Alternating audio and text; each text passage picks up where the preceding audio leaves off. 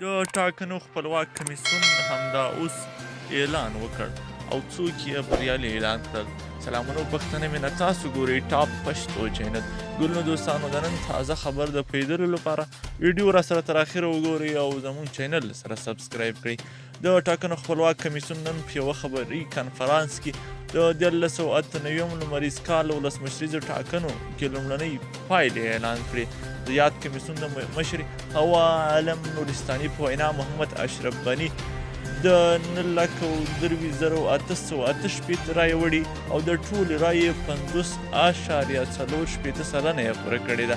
ډاکټر عبدالله په دویم قطار کې ځای لري چې 10,20,099 رایې ګټلې چې د کمیسیون لخوا یې فیصدي په ډاګه نه شوه. ګلبدین حکمتیار بیا په دریم ځای کې ځای خپل کړی او ټول ټال یې 10,243 رایې ګټلې دي.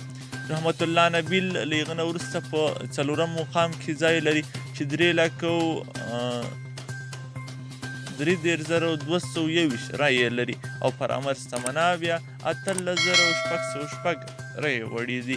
ګلنو دوستانو، دا همدا اوس تازه خبرو چې تر تاسو مو در ورسو. د لا ښه کار او دقیق معلوماتو لپاره زموږ چینل سره سبسکرایب کړئ.